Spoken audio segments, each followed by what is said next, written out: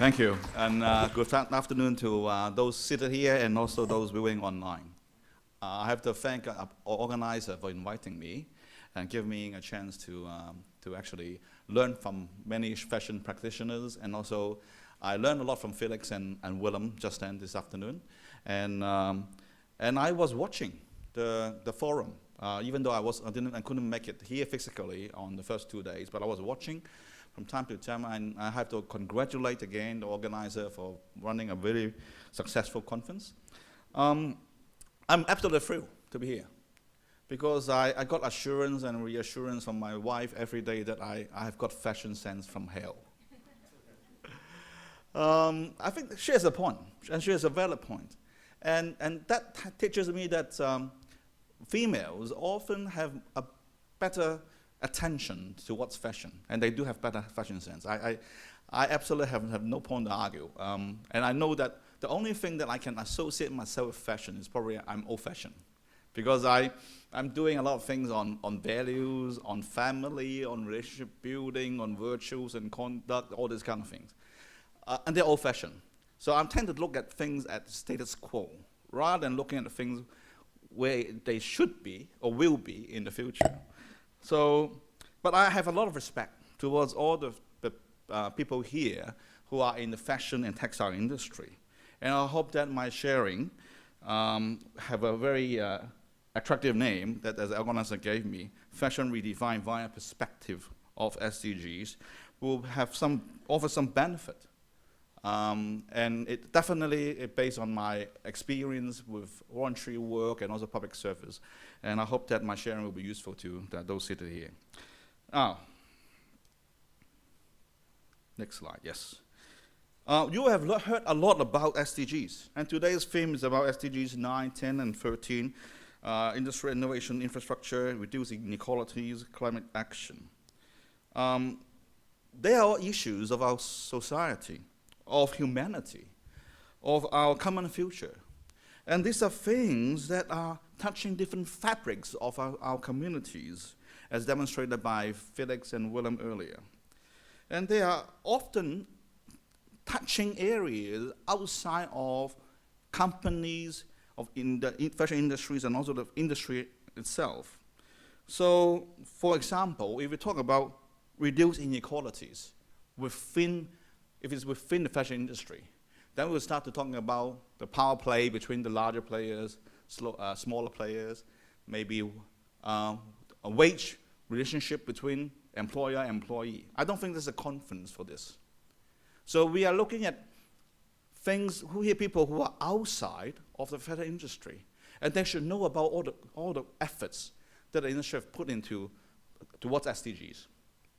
But that also reminds us it's important for us to learn about people outside of industry, how they see us, the fashion industry practitioners, towards our efforts, towards working on SDGs. We have talked about a lot here, but how do people outside of this room see us? So I think that's something that I can bring my own perspective, and hopefully you will find that useful. Now, if you forget everything I say today, this is very important. This slide says that we need to redefine traditions outside of fashion. Why? Because as I said, I'm old-fashioned. I do deal with traditions, institutions, establishments all the time. And I can see that there are always need for those traditions to reinvent themselves. And fashion industry practitioners are special. You have a mindset that you can redefine things in a very stylish, effective, elegant manner. This is your business. This is your cup of tea. And this is a skill that's actually lack in a lot of other sectors in the society. You set trends on a yearly, quarterly, monthly, weekly basis. Clothes and apparels are part of us, long in history. But you find that every day, people go into the shops to buy new stuff because they feel that, what I'm wearing may be lacking appeal, may be outdated. I may need to replenish my wardrobe. So fashion industry players are very good at setting trends and actually at catching eyeballs of our community. So this is something that I think, a particular aspect you can contribute towards the society. But please allow me to tell you about something about myself and an organization that I come from. My voluntary work starts from Rotary. And with Rotary, I know I have a few Rotarians in this room here. It's my blessing. Rotary has a very humble start back in 1905, back in Chicago back then. And the first project, of course, Rotary was started with only 4 people. Our founder was Paul Harris, who was a lawyer, and then with 3 other friends together in Chicago, we started a voluntary service organization. And then later on, took on a worldwide movement. But we started with a very humble start of a comfort station. We didn't even build a comfort station. We actually advocate towards the building of a comfort station, which is a public toilet in today's terminology, in Chicago. And after years after this, the most important project that Rotary is still engaged in is polio eradication. From mid-80s, Rotary has been doing that project, joint hand with CDC, World Health Organization, and also Bill and Melinda Gates Foundation. And when you look at that project, it's still talking about virus being spread by stool of infected people who got polio. So that focus of looking at water and sanitation is being maintained over the years.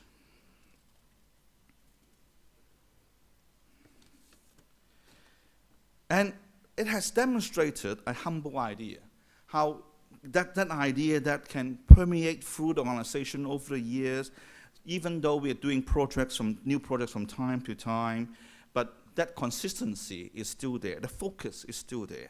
So when we talk about traditions and how we actually bring old traditions to today's, in looking at them in new lights, from modern perspective, really we should rely on our friends here and also those online from the Russian industry.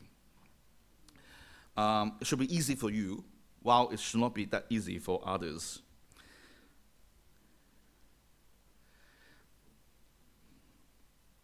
Because our society do need people from fashion industry to cope with the future. Traditions need to be renewed from time to time. Here I'm doing some example, something that I have done. And that's something that I've actually already asked my friends in fashion industry to help. You know that in Hong Kong, there has been a call that we should have more people, more youngsters studying in technology.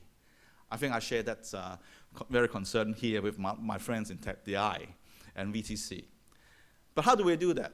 Studies say that the people who affect our youngsters' choice of study program and career are the parents. And among the two, the mothers have higher influence on the youngsters. So if mothers don't understand technology, how will we envisage that the youngsters can make that choice freely? So how do we actually enable the everyday mom, maybe housewives, many of them, understand about the technology development, rather than asking the child to become a professional in medical doctor, accountant, lawyer? How do we do that? So I have talked to friends in IT industry, and we come up with the idea. Why don't we ask people in the fashion industry to explain to the customers, many of them, of course, females, how they use technology to help designing handbags, scarves, clothing, something that those mothers will buy, so that they don't understand that technology can impact upon them and make positive impact to society. In such a way, probably more youngsters will have the fortune to make up and choose a career and in technology. Can we do something like on SDGs for that? Probably yes. And other issues, our fashion practitioners can come forward, can bring ideas to the clients. It can definitely make an impact on our society. Now, on a bit more on what the work has been done. What work has been done by the fashion industry towards the SDGs? I have do some screening on UNESCO website, and easily I was able to spot two projects, which has been ongoing for quite some years between UNESCO and Prada Group, and UNESCO and LVMH, Louis Vuitton, Moet Hennessy. And those two projects, both of them concerned about biodiversity and how the company put money and work towards work with UNESCO towards environmental protection. Very positive projects. And you see in the media reports on these two projects from time to time and updates. So there have always been new developments. So the companies, although I couldn't find any in the fast fashion involved with joint hands with UNESCO, but UNESCO definitely have been working with the fashion industry on very important environmental projects towards the SDGs. Very positive, as I said. Then, if I look deeper into the actual reporting in the media about those two projects, amazingly, I find one article only on the UNESCO website talking about ethical fashion, rising trend or empty rhetoric. And then it talks about the fashion industry was driven by the awareness of growing number of consumers. So it sounds like that everything is reactive rather than proactive. To be more sustainable. But in spite of initiatives to improve recycling and all this, progress to make this highly polluting sector go green remains modest. And the phrase that really catch my eye was varying degrees of sincerity. Sincerity. Wow, I think it's quite blunt and quite negative in that sense. The tone of the article is sarcastic. You can look at the article yourself. That made me wonder why. When companies like Prada and LVMH putting resources in UNESCO, on the UNESCO website, the Curia, you see articles like that questioning the integrity, the sincerity of companies. Why? Then what I turned to, I got this question. Are those two companies in fact doing okay with SDGs? That was a question in my mind. So I decided to consult a guru. And which guru is better than ChatGPT? This is the answer given by ChatGPT. If you're interested, you can do it yourself too. But this is how. We can enlarge the participants in that question to the whole fashion industry.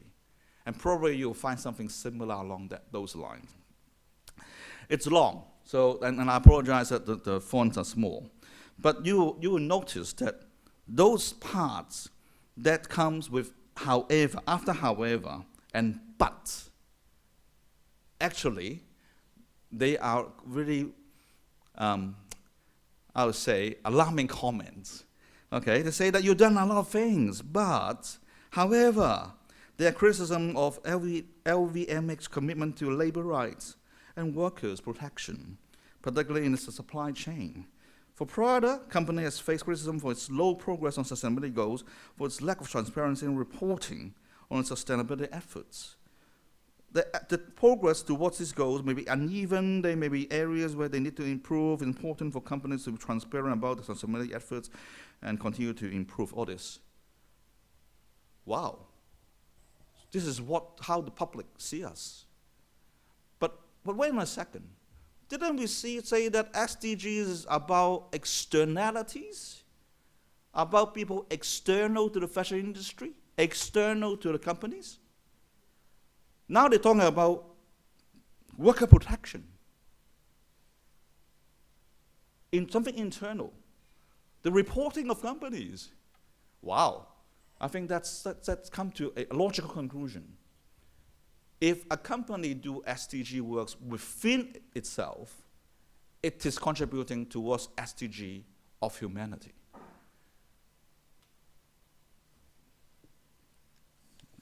This brings me further into the search for the reason of all this observation.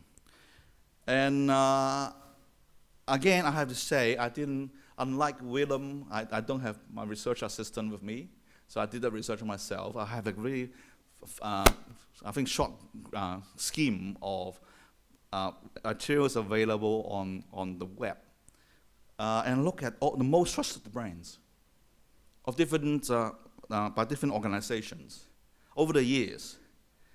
And what I observe is, there rarely are companies from the fashion industry making to the top of the list. Many of them are fast-moving consumer products group, IT-related, banking-related, telecommunication industry. But rarely we see players in the fashion industry making to the top. So fashion industry are not among the most trusted brands in many countries. Wow. And we all know that for brands that are trusted, they can gain extra value. There's possibility of abnormal profits because consumers are willing to pay more. But the consumers are saying we are not trusting the fashion brands. Why? What can be done? Despite our efforts of SDGs, how can we make they believe us?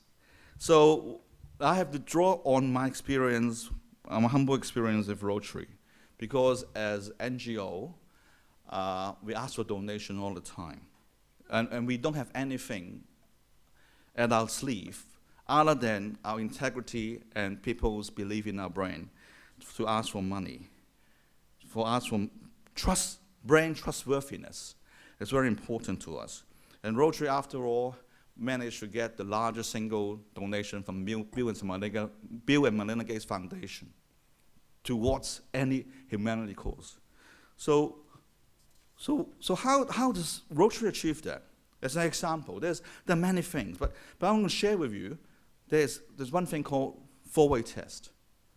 My friends from Rotary can actually recite them easily. This is something that all Rotarians are being asked to do. We have to ask ourselves what we say, do, and think, whether we're telling the truth, whether it's fair to all concerned, we're keeping goodwill and better friendship in mind and bring beneficial to all concerned. This is something that's so unique to Rotary that if you walk to different countries, you're seeing Rotarians, this is a commonality you will see among them. There must be something along that line you see among Rotarians. And the history of this test was, there was a lot of commercial application. Back in the days, 1932, when there was a depression in US, people were lining up on Wall Street for bread rolls. Four-way test came out. It was from a Rotarian saying that we should do things as a commercial leaders. We should do things properly and also in honor fashion. Magically, that company of Herbert Taylor turned around and make money after asking all the staff to follow that four-way test. The story was actually quite well known to Rotarians, but the sequence of it is something that we actually pay attention to. Once the boss decided this is the way to go forward, he actually asked all the major managers to come into his office, asking them, does that four-way test offend you in any way? Despite you're from different religions, different denominations, you're okay to follow that test. So that was from that beginning, the test was actually further applied to different part of the organization or company. And of course, this impact upon all the operations of the company And my last check was on the web. If you look around for four-way test, my search was there were at least 150 million entries. People doing case studies, speech competition, essay on that four-way test. I was hoping to have time to show a video on an SDG project of Rotary that I was personally involved in, that touching SDGs 9, 10, and 13 in Mongolia.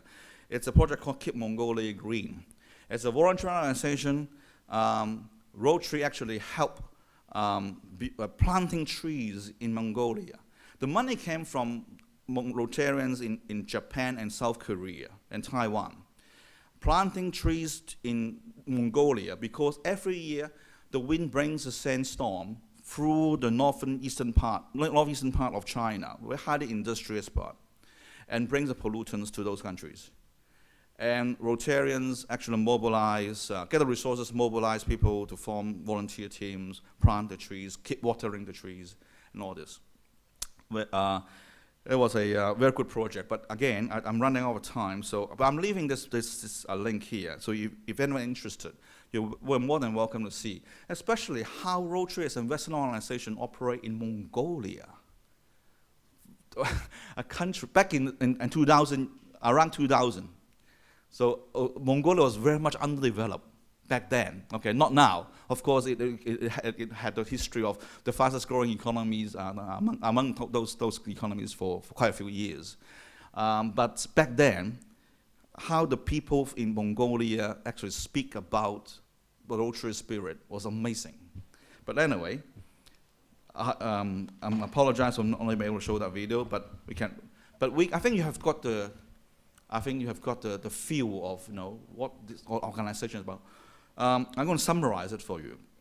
So what Rotary can offer as reference to fashion industry. Firstly, PR efforts really need to be supported by truth. Cannot be done in a vacuum.